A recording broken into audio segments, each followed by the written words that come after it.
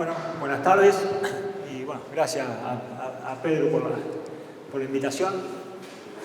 Bueno, este es un problema, para hacer una breve introducción, que bueno, ya todos lo conocen, es un problema que afecta básicamente al norte argentino, a 12 provincias, donde están expuestas más o menos 15 millones de cabezas. El impacto económico por demás significativo, que tienen no solo los efectos de la parasitosis, sino también, que después bueno, lo va a abordar Nicolás, las enfermedades que transmite este vector, la anaplasmosis y la babesiosis bovina.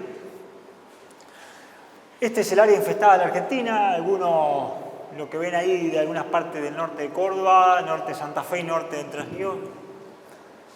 Puede ser algo variable, va a variar en los próximos años, un poquito más para el sur, pero bueno, más o menos ese es el área infestada de la Argentina. Cuando hablamos de pérdidas económicas, estas pérdidas, los trabajos que se han hecho en Argentina de evaluación de las pérdidas económicas, que son bastante conservadores, describen un piso de aproximadamente 200 millones de dólares anuales de pérdidas, obviamente desagregado en distintos componentes de la cadena productiva, pero son más que significativos. Ahora bien, el desafío con esta problemática, ¿es igual en todo el país? No, no es igual en todo el país. Ahí, bueno, no se ve bien los colores, pero van a ver a la derecha lo que es el NEA, que está en color más amarillento. Esa es la zona de la Argentina que es ecológicamente más favorable para este parásito. ¿Y en qué se traduce eso? En que hay más generaciones anuales y un mayor nivel de abundancia. Por lo tanto, el desafío es mayor que en las provincias del NOA, que están con los otros dos colores, donde por las condiciones ecológicas el número de generaciones es menor y por lo tanto se traduce también en un desafío menor. Para contextualizarnos epidemiológicamente, esta era la situación de la Argentina. Todos saben, la Argentina, como otros países, Australia, Uruguay, Estados Unidos, tuvo una campaña nacional que comenzó allá en la década del 30, hace ya casi 100 años. Una campaña de limpieza progresiva que todos lo conocen, cualquier productor o vete de la zona conoce, donde se limpió toda esa zona que está en verde y se estableció una zona de control obligatoria, que es esa que está en azul, que ven ahí, en el norte de Santa Fe, en algunas partes de Córdoba, en toda la zona de lo que es Curuzú, Mercedes, Goya. Bueno, ¿cuál es el estado actual de eso? Bueno, eso se terminó, no existe más. Hoy el nivel de infestación, bueno, ¿puedo volver? Básicamente toda esa zona de Santa Fe, obviamente Goya, Curuzú, Mercedes, está todo sucio, esquina. O sea, ¿qué aconteció? La superficie infestada se incrementó. ¿Hay chances de que eso vuelva atrás? En mi visión, no. No, porque no está. Hay una cuestión puramente biológica, que es el nivel de resistencia de las poblaciones, que es un fenómeno. Lo mismo está aconteciendo en el sur de Brasil, lo mismo está aconteciendo en Uruguay, lo mismo acontece en México. Por ejemplo, Estados Unidos, que tiene su zona infestada en el sur de Texas, el límite con México, que Estados Unidos siempre se fue vendido como el único país que había logrado eliminar esta problemática. Hoy de vuelta tiene focos en el sur de Texas. Australia mismo, hace ya varios años, decidió en una zona que se volvió a infestar. Es un fenómeno que técnicamente no tiene marcha atrás. Desde el punto de vista biológico, muy difícil que tenga marcha atrás. Por lo tanto, ¿cuál es el contexto hoy? Vamos a tener que convivir con eso. Toda esa zona que está marcada ahí va a permanecer infestada, no hay marcha atrás con eso. ¿Y con qué contamos para controlar esta parasitosis? Bueno, probablemente han escuchado muchas cosas dando vuelta, pero en los hechos tenemos únicamente 3 elementos, de los cuales 2 hoy son de aplicación práctica. Primero, las drogas. los antiparasitarios. Esos son el principal instrumento que hoy tenemos, por lejos, y del cual vamos a seguir dependiendo. Después es el manejo de las pasturas, que hay algunas técnicas, por ejemplo, métodos de descanso de pasturas, que pueden ser útiles para bajar los niveles de gestación, pero que tienen una baja aplicabilidad, porque implican una subutilización del recurso forrajero, cuestiones de manejo que a veces en el campo, en la diaria, es difícil implementarlo. Pero hay otro que incluso muchos de ustedes lo están aplicando y no se dan cuenta, que es la resistencia genética bovina. Esto tampoco no es una cosa novedosa, esto se sabe desde hace muchos años. Los pioneros en estudiar todo esto fueron los australianos, allá en la década del 60 y el 70, y lo que hoy estamos visualizando acá, y lo que estamos planteando, y parte de los estudios que estamos haciendo, son sumamente consistentes con todo lo que describieron los australianos en la década del 60 o el 70 en cuanto a resistencia genética bovina para esta parasitosis. Y el manejo, ¿cuáles son las aristas que tenemos que tener en cuenta para este manejo? Primero de todo, es la funcionalidad de la droga. Tenemos que saber, tenemos un espectro de drogas bastante amplio. Ahora, en un contexto de multiresistencia donde estamos hoy y del cual no tiene marcha atrás, tenemos que tener un conocimiento, para eso están disponibles las pruebas in vitro, que hay distintos laboratorios en Argentina que las hacen, hacer monitoreo a campo, de eficacia a campo, pero tenemos que saber cuáles son las drogas del espectro, cuáles nos sirven. Hoy hay que cambiar el concepto de diagnóstico de resistencia. No tiene más sentido hablar de diagnóstico de resistencia. ¿Por qué? Porque es un fenómeno que ya está. Si yo digo, diagnostiqué resistencia a los piretroides y chocolate por la noticia, o a la ivermectina o a lo que sea. Hoy lo que tenemos que saber es lo inverso. Tenemos que saber de todo el espectro de droga cuál es la que nos van a prestar la mejor funcionalidad. Buscar lo contrario. A ver, yo sé que no voy a tener el 100% de prestación con todas las moléculas. Ahora, de todas esas, ¿cuáles son las que nos pueden dar una mejor prestación? Bueno, eso hay que tenerlo en mente. Después, hay un fenómeno, sobre todo que ahora parcialmente con esta nueva disposición de SENASA, que a mi entender está bien direccionada, que es de liberar de limpieza la hacienda que va a faena, porque hay un problema, hoy el mercado, cada vez en todo el mundo, y obviamente eso aplica a la industria frigorífica argentina, está exigiendo, hay nivel creciente. Cuando hablábamos de esto hace 10 años ni se mencionaba, hoy ya es un hecho, la ausencia de residuos de los antiparasitarios en carne, y muchos de los productos que disponemos, que son muy eficaces y muy buenos, tienen un periodo de carencia muy alto. Por ejemplo, las lactonas macrocíclicas, las ivermectinas de larga acción, tienen periodo de carencia en algunas formulaciones comerciales de entre 3 y 4 meses. O de fipronil mismo, hasta 100 días puede llegar a tener. O sea, tienen periodo de carencia muy alto, que es una cosa que hay que empezar a incorporar.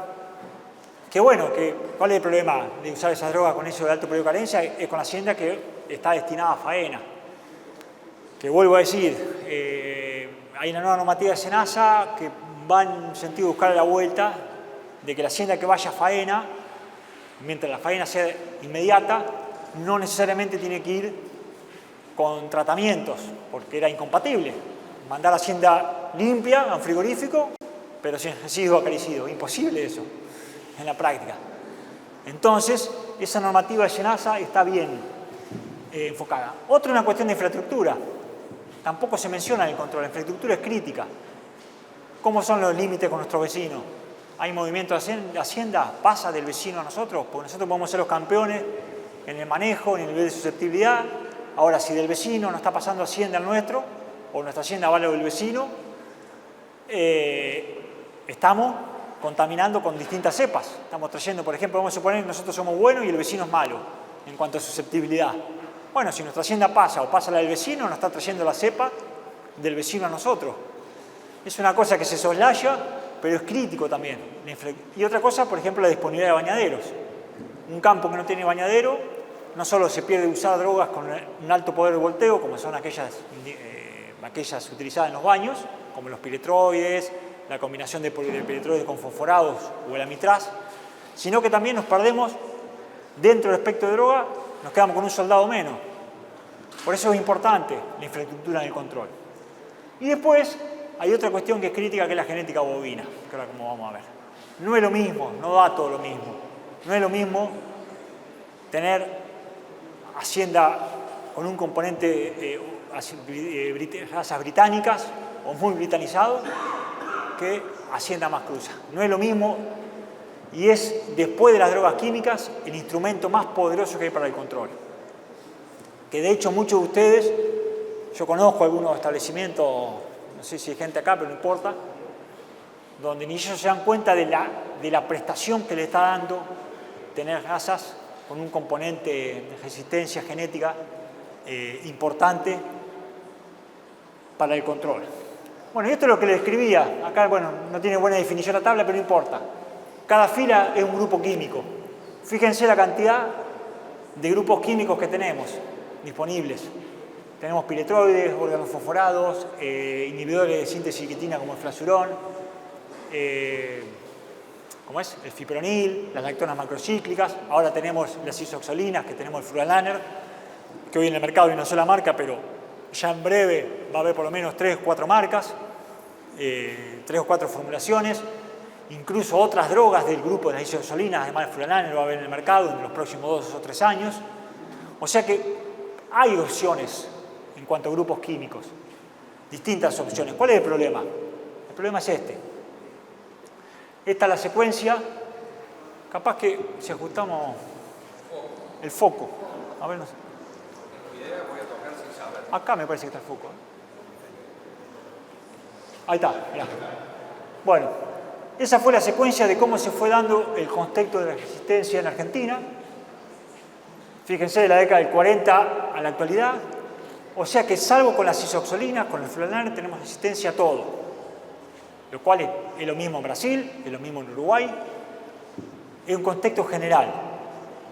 Y esto se puede visualizar en este esquema. Cada color, más oscuro el color, mayor el número de moléculas de grupos químicos que presentan, para los cuales hay diagnóstico de resistencia. Fíjense nosotros, en Argentina, coincide, lo más oscuro es el NEA, que tiene el mismo panorama que el sur de Brasil y que Uruguay. ¿Qué era el NEA? Era la zona más favorable ecológicamente, donde había más desafíos, donde se hicieron más tratamientos, donde se hacen más tratamientos, coincide todo, era esperable esa situación, en algunos casos dramática, de resistencia en algunos establecimientos, pero hay otro componente más, que es el biotipo, que son las razas bovinas, que ahora vamos a llegar a eso, que también está jugando ahí.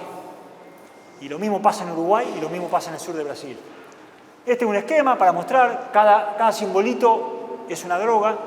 Fíjense lo que es el mapita de resistencia. Y esto viejito, esto tiene por lo menos 3 o 4 años. Si yo hubiese actualizado esa figura, queda toda oscura, todo estrellado de distintas figuras. O sea que prácticamente no hay ningún establecimiento en esa zona que tenga susceptibilidad a todas las drogas. Casi no hay. Prácticamente no hay. De hecho, en el NEA, en Formosa, y creo que acá lo voy a decir porque no hay nadie, para no quedar como chupamedia, el único campo de más de 300 que hemos analizado muestras en los últimos años, en el cual encontramos susceptibilidad a todas las drogas, fue en Alparani, en el Bagual, en Formosa. Fue el único establecimiento donde encontramos un buen nivel de susceptibilidad. Después, en todo lo que es el NEA, toda esa zona marcada ahí, los niveles de resistencia son muy altos. Esto es lo de carencia para mostrar.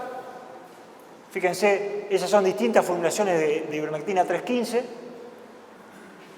de 10 formulaciones distintas que elegidas al azar de las que están en el mercado.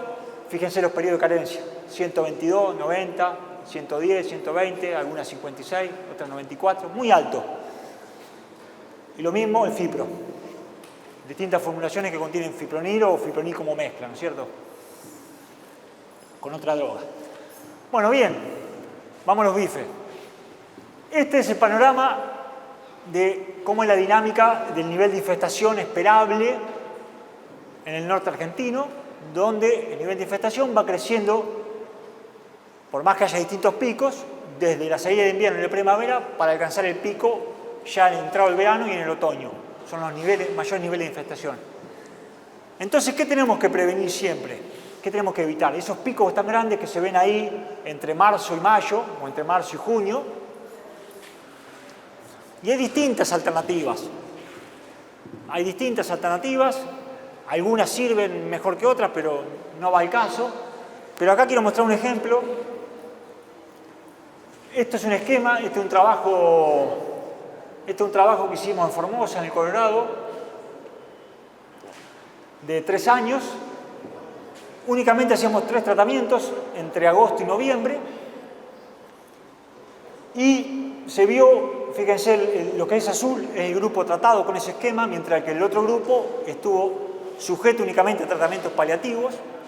Y fíjense que logramos un nivel de control muy bueno con esos 3 tratamientos, con los controles estratégicos. Son controles que se concentran, son 3 o 4 tratamientos entre la salida del invierno y el fin de la primavera. Fíjense, entre los 3 años, las líneas azules son niveles de control muy buenos. Ahora bien, esto vamos a pasarlo. ¿Qué se logra con eso también? Hay un efecto, muchas veces lo que es más manifiesto cuando hay problemas serios son, por ejemplo, los casos de tristeza, de babesiosis y guanaplasmosis, o las bicheras que vienen asociadas a las altas infestaciones, pero hay una pérdida que es muy importante, que son en los bovinos en crecimiento, por ejemplo en vaquillas, este es un ejemplo con vaquillas, que es la ganancia de peso que implican las cargas, el nivel de infestación, los kilos que se pierden de ganar. Acá, fíjense, estos son niveles de infestación, estos son niveles de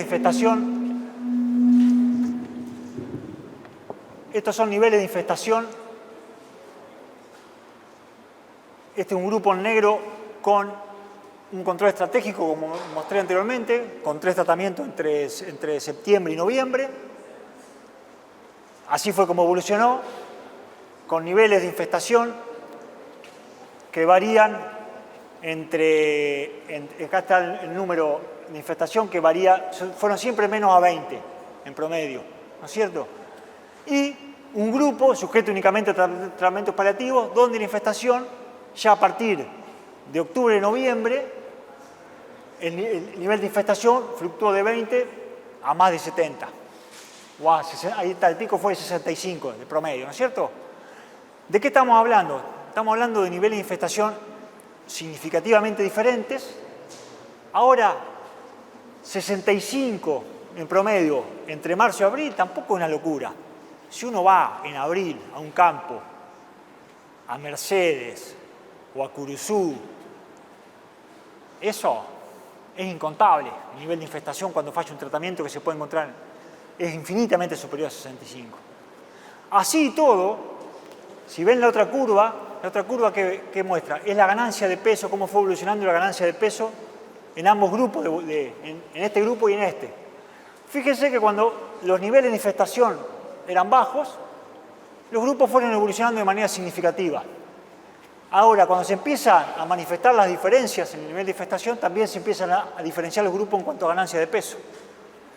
Bueno, ¿sabe cuál es esa diferencia? ¿De qué estamos hablando? Estamos hablando de entre 25 y 40 kilos por animal. Esos niveles de infestación, en un periodo que va de más o menos, ¿cuántos son? 8 meses más o menos, 8 o 9 meses en la temporada, te implica esa pérdida. O sea que obtener un nivel de eficacia que vos en vez de tener un promedio de 65, tengas un promedio de 15 o de 20, te cambia eso, te cambia de ganarte una diferencia entre 25 y 40 kilos en ese periodo. Y cuando estamos hablando de vaquilla, incluso puede tener implicancia en que muchos años, en que a veces esto impide que lleguen al peso de tore. Bueno, eso es una cuestión diferencial en el control que es crítica desde el punto de vista económico. y no se ve. Entonces, fíjense esto. Yo mostré un caso de control estratégico muy eficaz. Esto es otro caso. Esto es un ensayo, no me acuerdo dónde, no importa. Fíjense ahí, con una hacienda más susceptible, no importa dónde el ensayo. Esto con una hacienda más britanizada que los anteriores. ¿Qué llevó a eso? Yo apliqué esos 3 tratamientos entre septiembre y noviembre y más o menos al principio funcionó bien, pero fíjense, ya a partir de marzo se me fue todo al diablo, ya los grupos se igualaron. O sea que este es un ejemplo, no es que el control estratégico es eficaz per se, no, el control estratégico es eficaz dentro de un contexto. Cuando yo el control estratégico lo mando a pelear con un biotipo más susceptible, me pasa esto, ya me deja de funcionar. Entonces ya ahí, no solo que ya no me estaría evitando perder todos esos kilos de ganancia de peso, sino que también me implica que yo tenga que hacer más tratamiento, más movimiento de hacienda, más inversión, porque ahí cuando yo tuve esos picos tuve que tratar. En vez de 3 ya tuve que hacer 5 tratamientos. Entonces, ¿cuál es la diferencia ahí en ese juego? La diferencia, una de los factores diferenciales, es el biotipo, es cómo nos está jugando el biotipo. Las drogas, no le podemos caer con todo el peso a las drogas hacen lo que pueden. Pero las drogas y los esquemas, ya sea estratégico, umbral, el esquema de tratamiento que quiera o la alternancia de drogas que se aplique, va a funcionar, su funcionalidad va a depender mucho del contexto. Entonces no es lo mismo mandarlas a pelear a un esquema de control o a unas drogas con un biotipo que te ayuda que con un biotipo que no te está ayudando. Y eso, ustedes que lo que más, desde el punto de vista económico, empiezan a hacer números con los kilos que mencioné anteriormente y con esto, con más número de tratamientos. Volviendo a lo australiano, esos kilos en el trabajo que hicimos acá, lo hicimos en Argentina, una serie de trabajos hechos en Argentina, coincide también, de hecho siempre la consistencia es muy importante en esto, con las mediciones que habían hecho los australianos 40 años atrás, en cuanto al impacto en la ganancia de peso. Son factores bien consistentes. Y esto es lo otro que les mencionaba de infraestructura. Yo tengo mi campo, tengo buen nivel de susceptibilidad.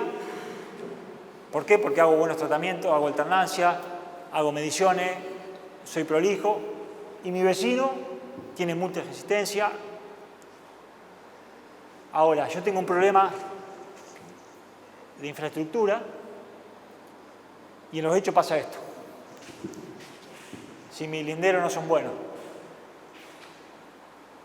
Si pasan los animales del vecino a mi campo, me van a voltear las teloginas y ¿quién va a dejar progenie?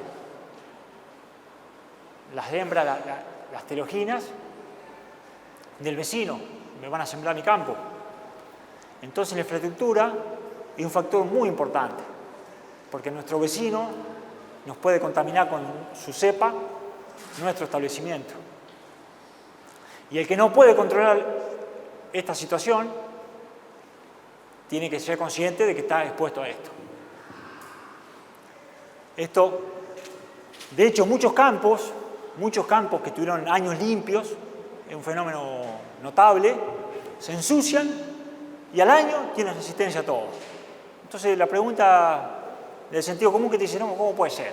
Si yo hace un año que estoy sucio y tengo problemas hasta droga que ni siquiera usé.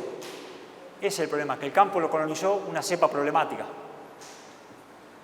Y al ni siquiera diluirse con una población que ya estaba establecida del parásito, peor, todo lo que colonizó el campo es la cepa problemática.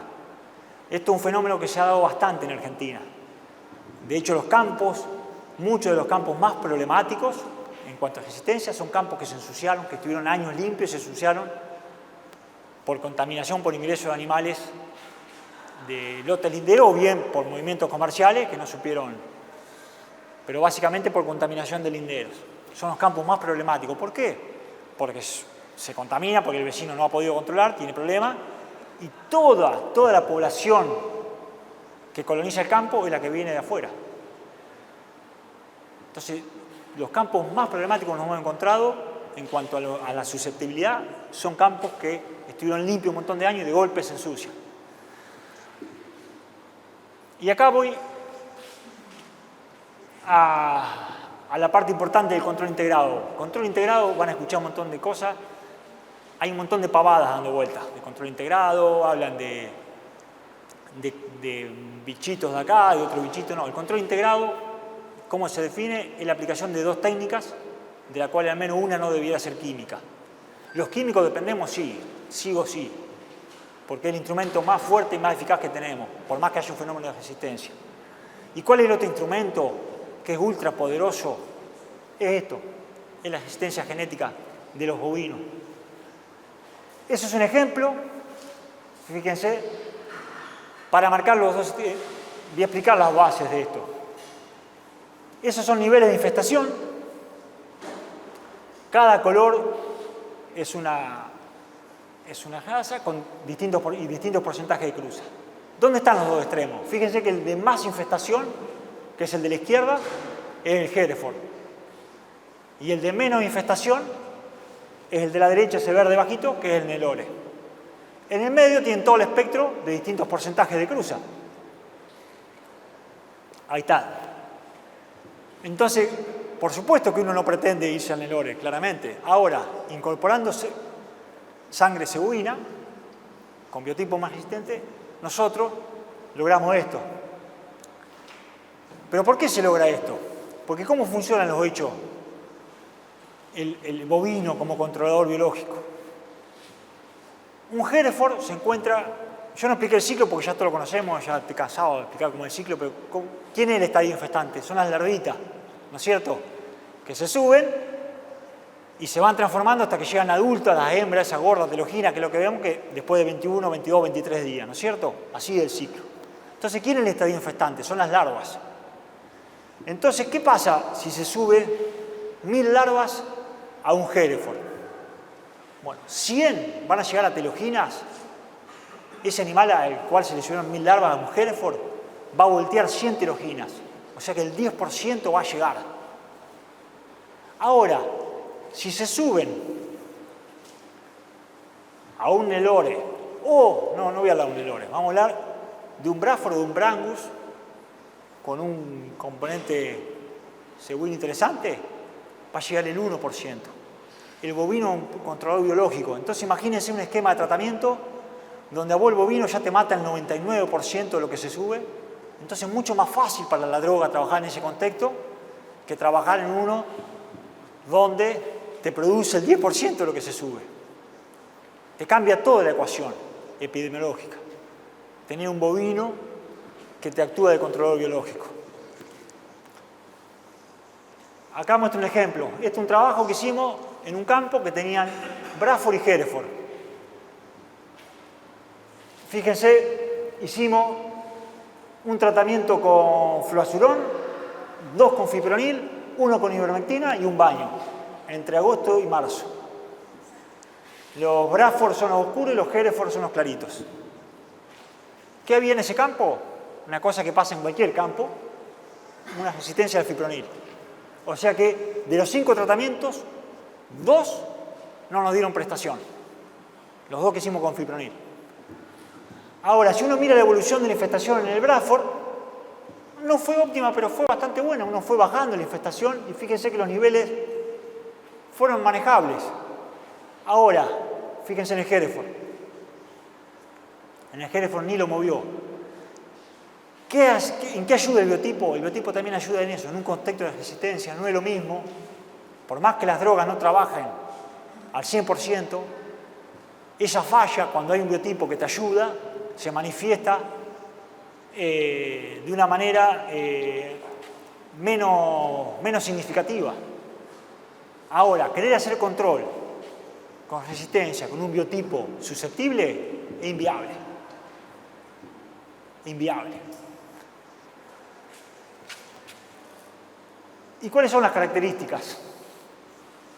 El nivel de resistencia, como mostré anteriormente, está directamente asociado al grado de componente cebuino. Es heredable, tiene valores de heredabilidad de moderadas a altas. Obviamente se adquiere por previa exposición, los bovinos tienen que estar expuestos al parásito para adquirir esos niveles de resistencia. ¿Cuándo se expresan? Se expresan ante situaciones de mínimo estrés. Por ejemplo, otra cuestión, ante un evento de sequía o de estrés muy fuerte para los animales y los niveles de resistencia disminuyen, se expresan menos. Pero imagínense si encima tenemos que convivir en esa situación con un animal que ya de base tenía poca resistencia. Es una cosa, se torna inviable, inmanejable desde el punto de vista técnico, es inmanejable. En las hembras se expresa la resistencia más fuertemente que en los machos, esto es común a todos es bastante común a todos los parásitos, pasa con todos los parásitos, en la resistencia bovina a distintos parásitos es común este factor. Y después, y esto es una cosa que dentro de un mismo biotipo existe variación, no es uniforme el nivel de resistencia entre los animales, hay una variación. Como Pedro dijo anteriormente, hace un tiempito estamos trabajando con la asociación en un trabajo, yo les voy a comentar, no de chamullo, yo le subo el precio a esta colaboración, ¿por qué? Porque los que trabajamos con esto sabemos que acá no hay soluciones fáciles, entonces no compramos cualquier buzón, y ustedes, por eso estoy haciendo tanto énfasis que las drogas las tenemos que cuidar, porque no hay, hoy dependemos de los antiparasitarios, no hay cosa mejor. Pero acá sí hay una cosa fuerte, en el biotipo. El biotipo sí, ya lo mostré con algunos ejemplos, el aporte que te da. Pero si logramos dar un salto técnico aún mayor, que es empezar a ver dentro del mismo biotipo, de la misma raza, si podemos encontrar alguna manera de seleccionar, de ir con el tiempo seleccionando lo más resistente, porque eso existe también. Una variabilidad dentro del mismo, no son todos los animales dentro del mismo biotipo, no son todos los animales similares en cuanto a resistencia. Este es un trabajo que hicimos hace unos años, no hace tantos años. Este es un trabajo, por acá está Pablo, que hicimos en Itacirí. Eran cerca de unas 200 vaquillonas, donde evaluamos en el tiempo nivel de infestación natural, controlando algunos parámetros, y ahí pueden ver el comportamiento animal por animal, cada una de esas líneas es el comportamiento en cuanto a infestación de animal, donde van a ver que hubo animales que siempre mantuvieron cargas muy bajas, los que estaban marcaditos con las flechitas, y otros que tenían cargas mucho más altas, o sea que había una diferencia manifiesta en animales que estaban circulando juntos, en el mismo circuito, eran vaquillonas. Entonces, ¿qué hicimos con esto? Después de ir haciendo un monitoreo de la infestación natural, hicimos una clasificación entre, acá puse para hacer didáctico el gráfico, 47 animales, aquellos que eran, de acuerdo a la infestación natural, los más susceptibles y aquellos que eran los más resistentes. ¿Y qué hicimos? Lo testeamos ¿con qué? Con un desafío artificial, o sea que a cada animal le pusimos la misma cantidad de larvas. O sea, el mismo desafío a cada animal. A cada uno de esos animalitos. No me acuerdo, Victoria, cuántas larvas era por animal. ¿Cuántas? Unas 10.000 larvas. Un desafío de los buenos. Imagínense que en muchos de estos trabajos a veces hacen desafío con 3.000, 4.000 larvas, acá le mandamos 10.000. O sea que le metimos polenta. Para ver qué nivel de asociación había con la caracterización fenotípica que nosotros habíamos hecho con las infestaciones naturales. Ahí está, encontramos una asociación estadística muy buena entre lo que nosotros habíamos evaluado fenotípicamente con infestaciones naturales y lo que nos había dado la infestación artificial. ¿A qué voy con esto? Que tenemos chance en cada establecimiento, obviamente que estamos todos trabajando en el vínculo con la Branco justamente para ver si podemos poner un protocolo que sea lo más práctico posible. Esto de las infestaciones artificiales es poco viable, ¿por qué? Porque hay que criar las cepas, es un trabajo bastante tedioso, hay que ser muy cuidadoso, no es factible de hacerlo masivamente, pero si nosotros logramos mostrar que por la experiencia que estamos viviendo soy optimista, esta asociación que vimos en Natacirí entre las infestaciones naturales y las artificiales, uno podría, en los establecimientos, siguiendo las cohortes todo el año, ir viendo cuáles son sus animales, los cuales son más susceptibles y cuáles menos. Y ir incorporando algún criterio de selección, porque de vuelta esto cambia toda la ecuación. Por ejemplo, ahora estamos trabajando en una serie de establecimientos y, bueno, somos un grupo grande de gente, pero bueno, en uno de los que estaba siguiendo yo, había algunos animales, como pueden ver, por ejemplo, si yo, bueno, esto no vuelve para atrás, no importa. Algunos animales donde en un periodo de 3-4 meses, si uno tenía que decidir un tratamiento en función de sus animales, decía, no, acá no es necesario tratar. Cambiaba toda la ecuación económica. Tener más de esos animales te implica que en vez de hacer 5 tratamientos, tenga que hacer 3. O 2, o la mitad. Cambia toda la ecuación tener esos animales. ¿Y qué te cambia también? Es que mantener unos mejores niveles de susceptibilidad. ¿Por qué? Porque ejercer menor presión de selección. ¿Por qué? Primero porque hace menos tratamiento y después porque el biotipo te está ayudando también. Entonces, toda la presión de selección sobre una población no la ejerce la droga, sino que también juega el biotipo. Hay una dilución de la resistencia. Por eso mencioné el ejemplo del campo que encontramos con susceptibilidad.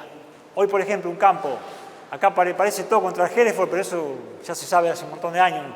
Pero no es así. En un campo que hay un biotipo británico, es inviable esto, que no haya resistencia, es imposible. ¿Por qué? Porque necesitas más tratamiento y el biotipo no te ayuda. Entonces, la incorporación de genética bovina es crítica. Y acá, para terminar, quiero mostrar esto. Esta zona que marqué en azul, es la zona más crítica de la Argentina, donde hay más problemas. Es totalmente homologable a lo que está sucediendo en Uruguay y a lo que sucede en el sur de Brasil. Nosotros estamos yendo ya hace un tiempito a Uruguay. Los uruguayos están desesperados. Ya como los uruguayos no le dan soluciones, se piensan que los argentinos vamos a llevar un milagro.